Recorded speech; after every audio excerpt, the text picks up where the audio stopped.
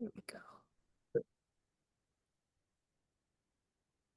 Is everybody able to see my screen? Perfect. All right, so I usually ask the students to log in for OLI through my Canvas. It is actually integrated with my Canvas, so I see Hal is here too. So if you want help with that, Hal is a great source to get that started. I actually finally met Hal after a long time this past summer, actually 2 weeks ago. So it's been great working with Hal also. He works well with our Canvas administrator, and we've been actually able to integrate that with my Canvas. So is everybody a Canvas user or Blackboard? No? Okay, Blackboard, okay. Or Canvas, okay. So Blackboard I don't know much about, but I've always been a Canvas user, so it works quite well. Let me quickly show you how it integrates with Canvas. So I've already started working on my module, on my shell here for my fall course. So this link right here, Hal has been able to pull that up. Usually once it's embedded with Canvas, you should be able to go to settings and navigate to the navigate button. And then this link you should be able to get. I also have this link embedded as part of my modules.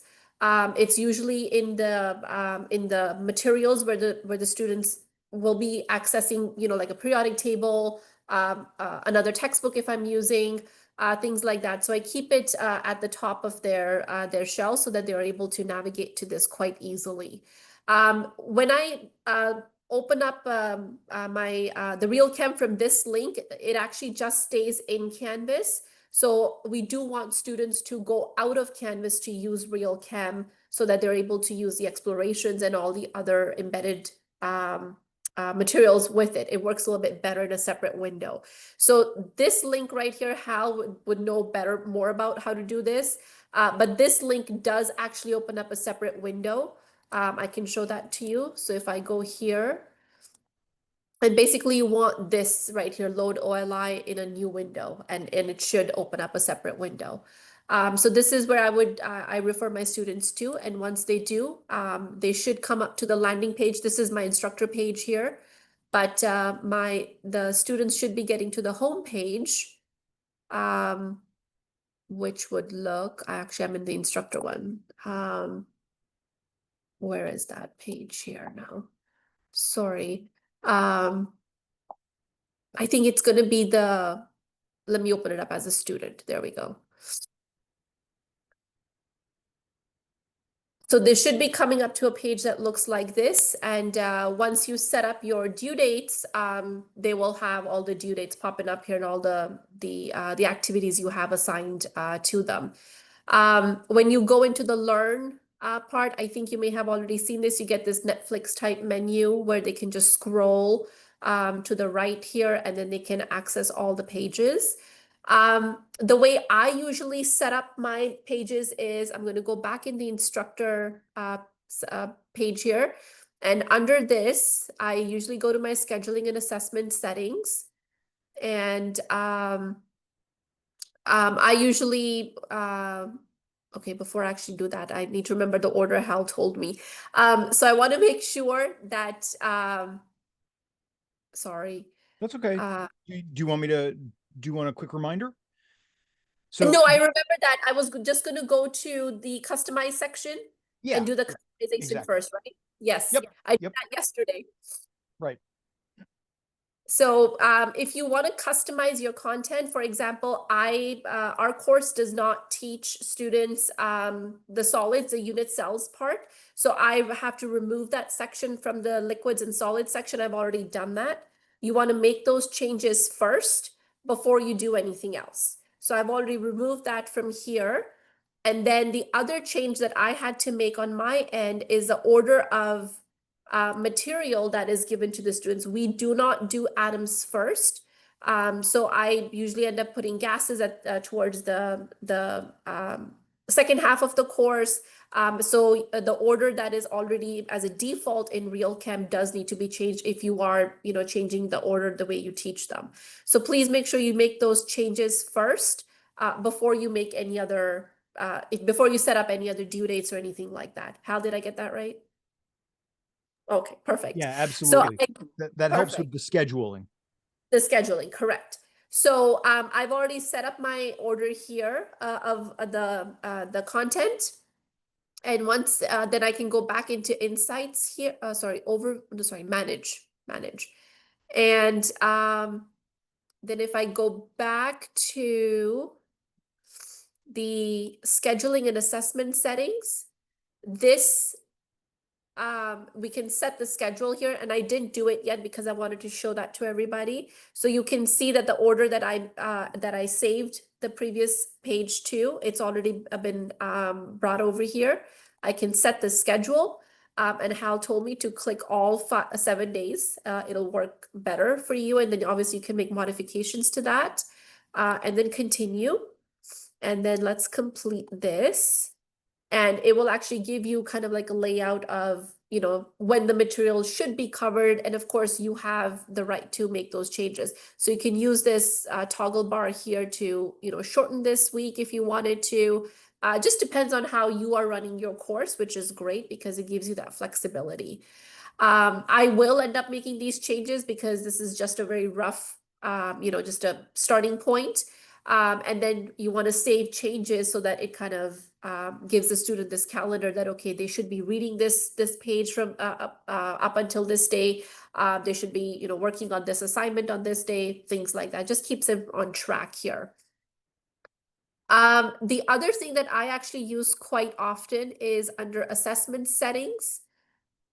Leave without saving. I don't want to save anything just yet. I need to look at my syllabus to match all my dates.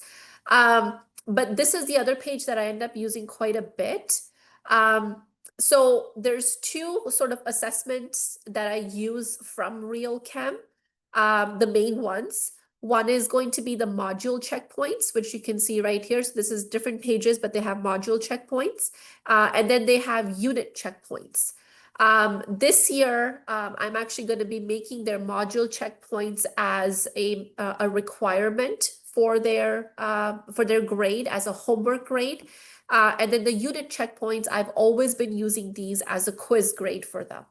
So I usually give students one quiz every week on the content they've covered. Now these unit checkpoints are basically at the end of the entire unit. So let's say they're doing thermochemistry. This one will not show up until the very end of thermochemistry. And if you know, thermochemistry usually takes a little bit longer. For me, it's about 2.5, roughly 3 weeks to cover. So this unit checkpoint will not show up on their calendar until the end of that 3-week period. But I also don't want to give them, you know, a break. So I have shorter quizzes for them, which I've already got in my Canvas. And those are Canvas quizzes. They're separate from this altogether. But this will be kind of like the big quiz that they'll do on this section, which will count towards their quiz grade. So I do use that. Now, one thing is all these dates in here, like I already have some dates set in here. The default is that there is actually no due date set on these. So please make sure that you set your dates ideally before this course becomes available to students. Otherwise, from my experience, they'll start to go randomly to other pages and then they overwhelm themselves with material that they have never seen before. And then they will cry, basically. We don't want that. So I actually need to go in here and actually lock these pages, which I will do this week now. And my due dates for my homework pages is going to be the very last day of class for them, basically, is what I'm doing this semester. So all my module checkpoints will open up as we start to cover that material. So it won't be available to them until we hit that material in the lecture. But it will remain open for them for the entire semester. That's just what I'm doing. The unit checkpoints, I usually make them available for a week. As I said, they're for quiz for them. And this semester I am teaching a hybrid class, so I will leave the quizzes open for them for 1 week. So I usually open them up on a Monday and they will close on the following Sunday by 11:59 p.m. I do give students 3 attempts on these unit checkpoints. The module checkpoints, I might just increase that to 5 attempts. Because it's a homework grade, I'd rather have them practice this material, you know, and not get overwhelmed with it. I usually don't make a lot of changes with any of these other things here, except for the unit checkpoints. Obviously, if they're using multiple attempts, I want to keep their best score. So I will make that one. So with the drop-down menu, we can change that. So I'll leave it at best. Grace period, I usually work on this if it's a student exception that I have to make, but I leave that as 0. I'm pretty strict with my due date, so students must be finishing that material as it comes. View answers, I usually don't touch any of these settings, except for one more. That was a new one, the scoring mode. This was a new feature this semester, right, Hal? The scoring mode, right? Perfect. So I'm actually going to keep this as it is, as a default setting, score at the end, which means that their quiz will be scored after they've completed it in its entirety, rather than score as you go, which means that if they finish a question, they submit the answer, they're going to get a score for it. So if you want to do like a mastery-based quiz that, let's say they hit 80% of their, if that's your benchmark, they hit 80%, they don't have to do the rest of the quiz. I'm not going to do that because I want them to attempt the quiz, because what I've seen is so far the questions at the beginning of the quiz are a little bit easier and they build in difficulty as they go down. So I want them to attempt all of the questions before they get their final grade. So I'm actually going to leave this as score at the very end, but that depends on how you want to do the grading for your for these assignments here. The passwords, I don't usually set any passwords. The exceptions are, again, as students come up, if they have any issues, then I'll go in here and I'll make those changes, but usually I don't make any exceptions on any of this. So that's basically the settings that I have here. The other assessment that I usually choose are these explorations. I usually deploy about 3 to 4 explorations in my entire semester. I do use these as labs. They're simulations, really great, problem solving skills, concepts are there, the problems are there, and a scenario is given to the students so that they basically walk through like a real life example, seeing how chemistry does work outside of the classroom. So I usually have this exploration that I assign them. Do you really want to drink that? It's on a lead one. And they actually have Flint, Michigan on the map there, which is great because that was in the news several years ago. So it's a great one to do to see how much lead contamination is there in the water. The other one that I usually do is spectroscopy. Sorry, maybe it was this one, the concentrations of lead. So I do this one, the one that I showed earlier.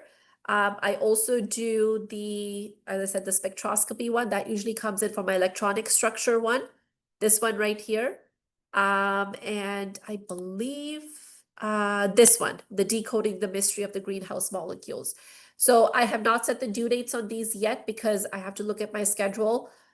This is also, as I said, it's considered as a lab grade for them. So I only open it up for a week for the students. It's not open for the entire semester. So those are basically the settings that I use in here, and all the different assignments that the students have. Now, because my real chem is integrated with my Canvas, the grades actually automatically go into my Canvas, which is perfect. That's what I want. The one thing that is missing, and Hal knows about this, is that the due dates do not transfer into Canvas. So if you set a due date in here, students are not going to see this on their calendar in your LMS, and it's a bigger problem to handle. So what I do is I actually create dummy assignments in their Canvas, and that way the assignment goes on their calendar, which reminds them that, okay, they need to go into this, the real chem, and complete the assignment. That's kind of been my way of reminding the students of getting the work done. Dr. Krana, there's a Yes. question in the chat that I'd be interested in hearing the answer to also. Okay, Moodle Canvas. Okay, Taurus can integrate. Okay, let me just see that. The last question at the very end about exploration. Do you have tips for how to use this in the lab? Do they work on their own? So, like I said, it's a hybrid class that I'm doing. So, mostly they work on their own. But if they want to work with each other, I'm totally okay with that. There is no physical work that they submit to me at all. Everything is done on the RealChem platform. Does that help? Yeah, thank you very much. Yeah, yes, of course. I usually do like a little blurb of a little lecture for them on the topic that we're doing. For example, the spectroscopy one, it talks about the electromagnetic spectrum. So I just kind of remind them that, okay, this is what we looked at in lecture. This is what you're going to be looking at. So it kind of goes into like a pre-lab lecture, and then I let them work on this. Same goes for the other ones that I've mentioned. Just give them a little 15 to 20-minute blurb just to kind of warm them up, and then I let them work on this. The other thing that I am going to do this semester, which I haven't done yet, so I can't give you feedback on this new thing that I'm going to do, is the discussions. So this, if I go back into my student view here, and let's say I click on a page, we'll go to chemical reactions and equations. Let's look at balancing chemical equations here. And I'll just move this here. So student side obviously is going to look something like this. And if you click on this little icon here, it actually opens up a little dialog box for them where they can type in their notes. So there is a setting on the instructor side which actually allows you to make these notes anonymous, or the student's name will pop up on here. I'm going to be mean to them because I want to see who's participating and who's not, because participation grade is also there. So I'm actually going to remove the anonymous toggle there. And actually, I want to see the students engage with the platform and get their notes in here. That's been kind of like been the bigger issue with me, is getting students to go through lecture, especially in a hybrid model offering that we have, or in an online case as well. So that's a new feature that I'm going to implement this semester. And I want to see at least 2 to 3 posts per page, depending on the content. I'm going to kind of decide on that. And I want to see students talking to each other and engaging with the material. If they have questions, post them in there. And I'm going to get their classmates to kind of, answer and help each other out, with the content as they read through these pages. So that's a new feature that I will be implementing this semester. And of course, it will be for a grade for them. And the other thing I wanted to show is their participation. I'm going to go back into this instructor page here. And it was under discussion activity. I saw that I could actually download a CSV file.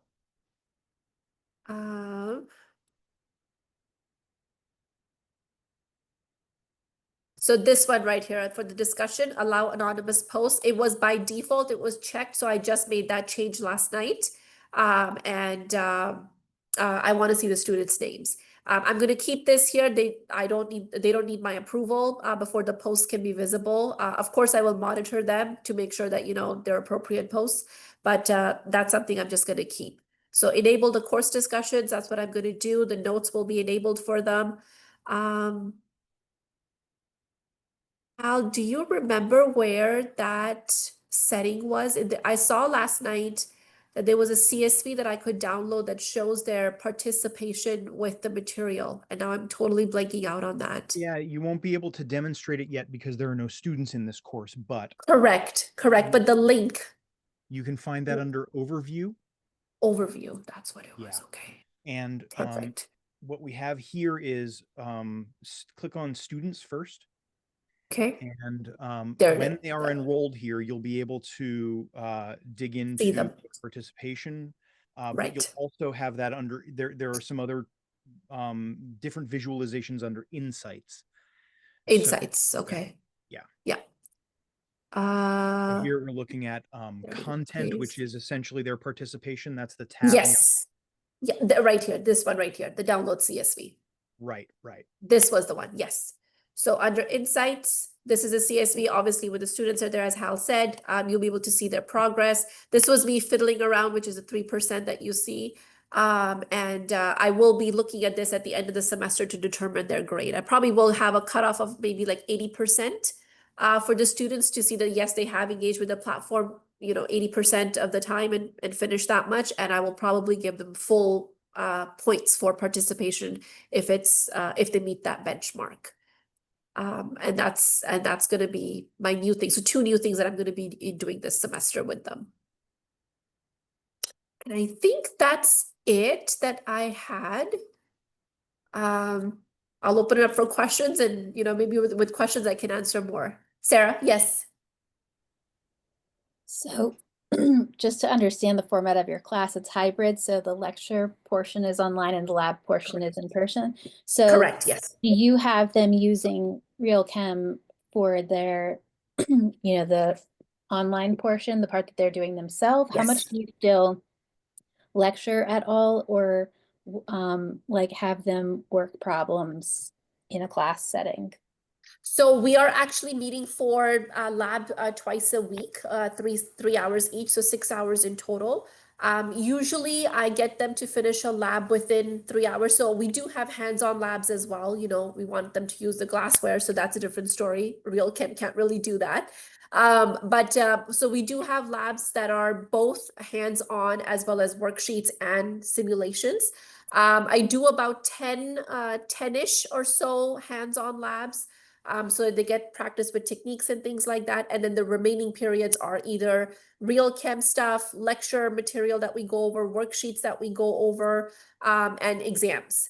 That's what usually the setup is. So if it's a hands-on lab or if it's a RealChem lab that I do, I usually take about 10-15 minutes at the beginning of each lab to give them a blurb of what we're doing, the concepts that relate to that lab, including the simulation. That's usually my time management when it comes to those. Did you need the percent breakdown also for the? No, just looking for how you utilize it in in-person setting. In-person setting, so I give them time to do the simulations on their own, the explorations. Otherwise, the quizzes, for example, I do let them do them on their own time. Because as I said, they're open for an entire week. But if they have time in the lab, they're more than welcome to do that. So I give them options that this is what you have this week. You do what you want to do. The hands-on labs, I have to keep them on track for that because obviously it's technicians also. So I can't mess with their schedules. But if there is a dry lab period, then I give them options. Okay, you have to finish an exploration, you have to finish your quiz, you have to finish a worksheet. You can decide how you want to do it, but just remember it's going to be due by Sunday. So I give them those options. I don't tie them down because I think it overwhelms them a little bit too much then. So they can kind of work at their own pace.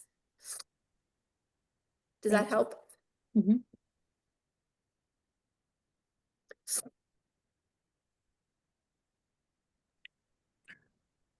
Dr. Corona, Yes. do you have the ability to delete posts if some student posts like something that you didn't want people to see? Hal, that might be a question for you because I haven't done it yet. It's my first time. Sorry, Glenn, I didn't get a chance to answer your question because that was when I got interrupted with the last question for me. Yeah,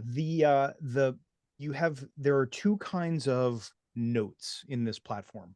One is personal notes for yourself that are like meant to be as a study guide, and those don't get shared with your fellow students, and you as a student working through the material can choose to designate something as a personal post for yourself. Then there are group posts, which amount to discussion threads. You're essentially making that public to both students and to your instructor. Now, you as the instructor have a few settings available to you on the manage page, one of which is do or do not allow anonymous posts. And anonymous here only applies to the students. It does not apply to your visibility. So you will always see who posts what, but what is anonymous is only to peers. And the other one is whether you would like to monitor the posts. So they would be embargoed for you to approve, and you can designate whether to release them or not. Now, I don't know off the top of my head whether you can delete existing ones. I think you can, but I need to check into that. Okay, thank you. Sure. And if I figure that out, I will pass that information too. Thank you. Yep.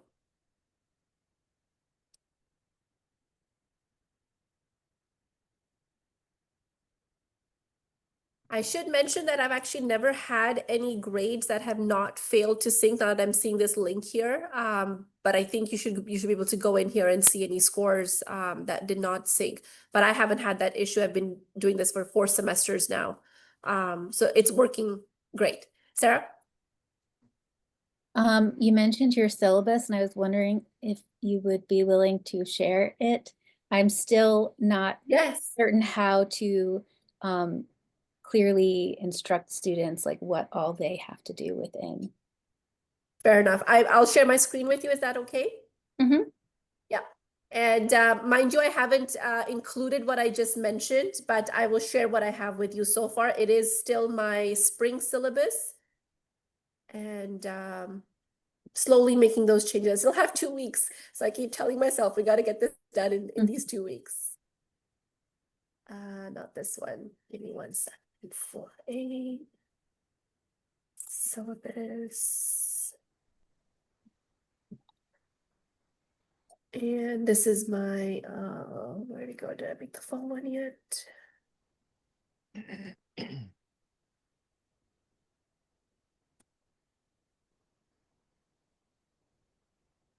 Yep, there we go. So I have my template ready here.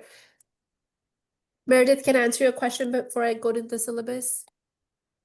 Sure. On the assignment settings, I have mine set up, but I have for the late policy, I guess a question because I am direct delivery. It's not integrated into the LMS.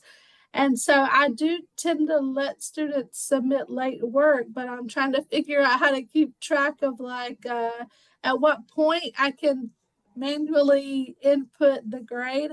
So what I was trying to do, and I guess is my question, is under the late policy, can I put like allow the late submit, but under grace period, maybe put like 2 extra days in terms of minutes. So that way they know, okay, we have this 2-day wiggle room.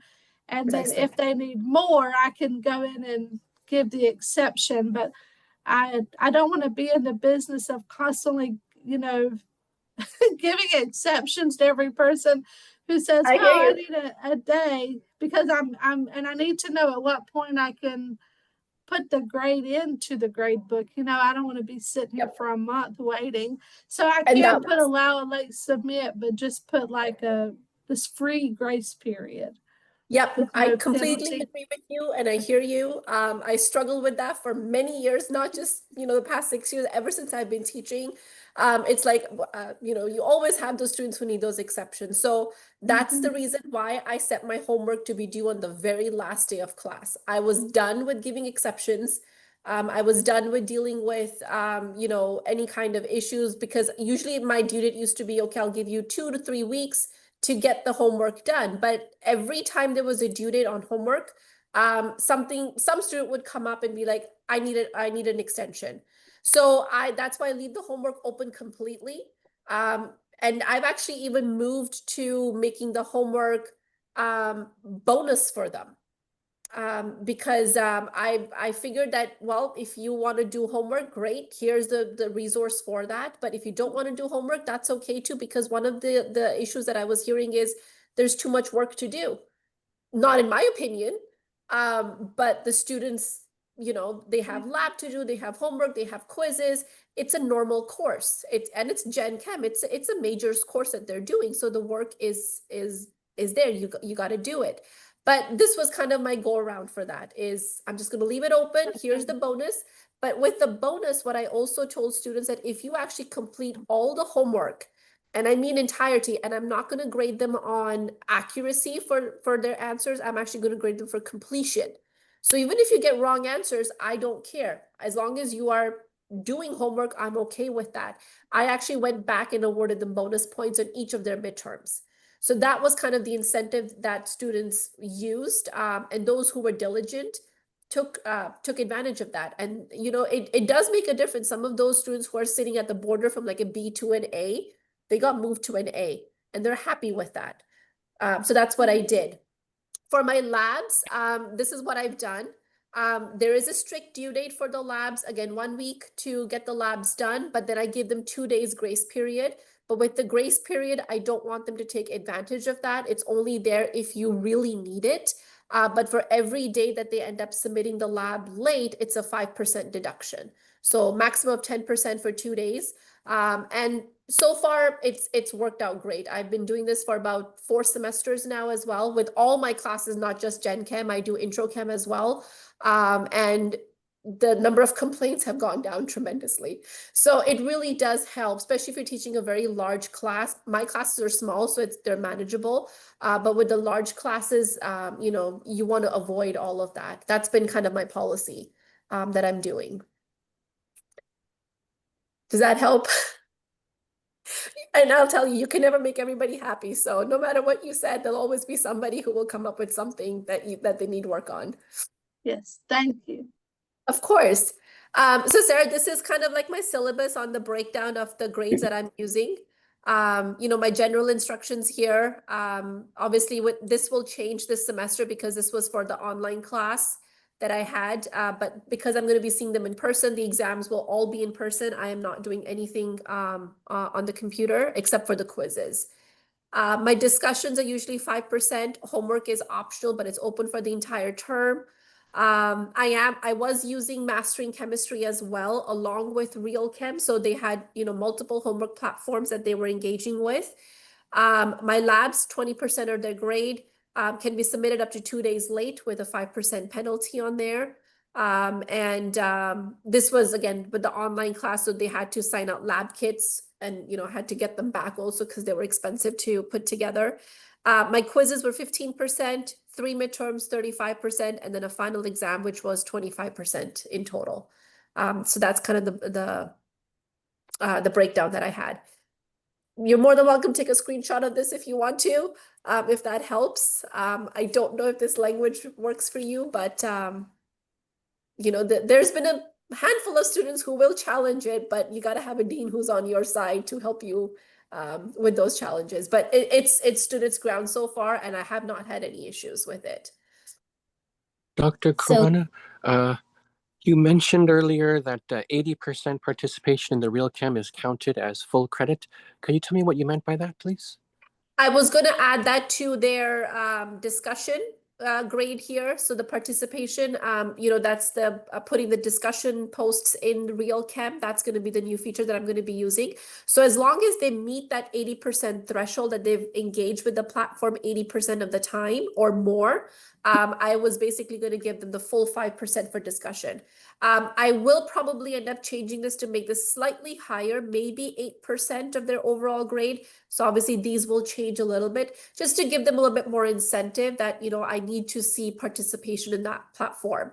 And because the material in Real Chem is, you know, it's gone through so much rigor. There's so many of us who've worked on it. We've made sure that all the topics are there relevant, the questions are relevant. And the best thing that I like about Real Chem is that it takes all the fluff out that the textbooks usually have. Students don't want to read, but if they show me that they're reading on Real Chem, you know, getting the concepts that they need to learn for this course, I'm okay with them not opening up a textbook. So that's kind of the workaround that I've thought of. So that's the reason why I want to put that participation grade in there, that show me that you're doing something. You know, I've even had issues with students who don't watch the lecture videos that I've posted. So there's videos in Real Chem. If you're showing me that you can engage with those, I'm okay. You don't want to watch mine, that's fine with me. So that's where I'm going to be looking for. Also, thank you for that. Also, you mentioned that you have been using Mastering Chemistry also. Did you find that there isn't enough homework problems for in Real Chem? I did, yes. That was part of the reason why I went to Mastering Chemistry. So that is a request that I've put in with Real Chem as well, that we need more problems. So hopefully we will get them. But there are practice problems, which is a good thing. So let me show those to you as well. There are practice problems that the students can engage. And actually, now that I remember, this was something that I was going to assign not as a grade, but as a practice activity that they can use before an exam. So I usually just give them a checklist to work on before an exam, before a midterm or before the final exam. But this is something that the students can use to get more practice. So just under this menu here, under the practice, there are additional problems that the students can use. So I will be assigning these as well to the students, which is good. Did you find that the practice problems that are on the screen now are too easy, too simple, not complex enough? They're okay. They're okay. Complex wise, yes, I would like a little bit more, rigor, but in terms of practice, I think they're okay. That's what I felt. Does your class use the ACS final exam? Some of us do, yes. I don't, but each instructor at my institute has the ability to do whatever we want. So I don't, but I will be implementing the ACS exam also. Not this semester, hopefully in the spring, I will be doing that.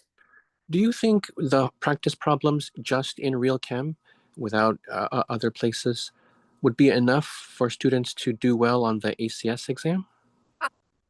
Probably supplement more.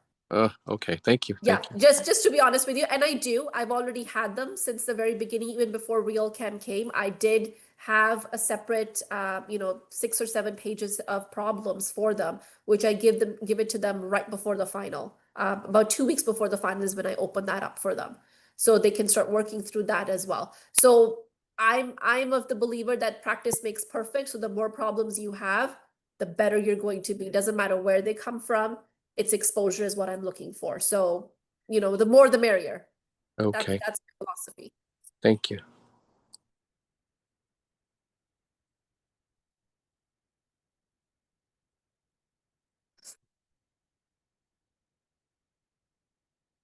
Yes, Sarah, sorry. So just to be clear, so it looks like very little of their grade actually comes from Real Chem assignments. It's Real Chem, it looks like just the discussion, and the homework part is optional. It was optional. Remember, this is still from spring, so I still need to change that. So for the Real Chem homework, I will be assigning a grade to them. So that will be mandatory. And like what percentage of their grade? Like I said, I haven't really thought about that yet. Probably I'll do 10%. Mhm.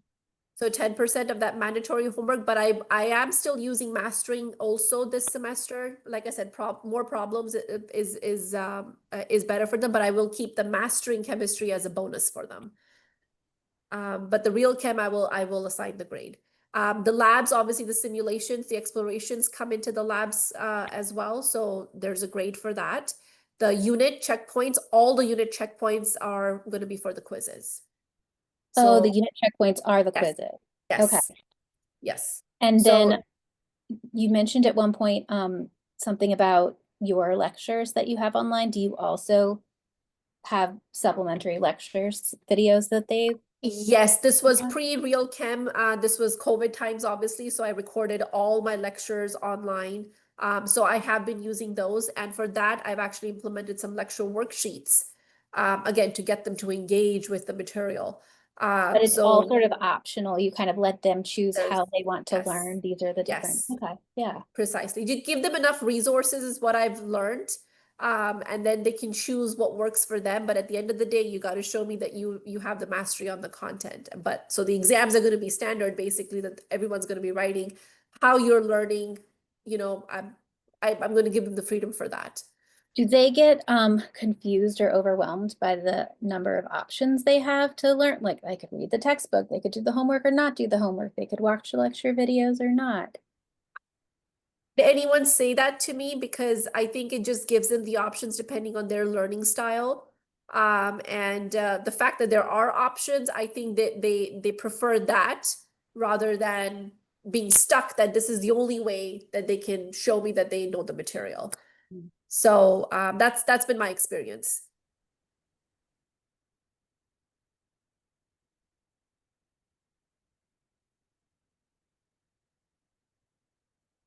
Like I said, the discussions are going to be new this semester, so we'll see what happens.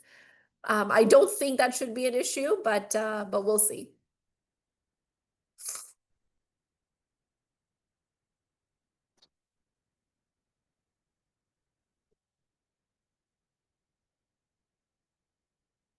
Anything else that I can answer?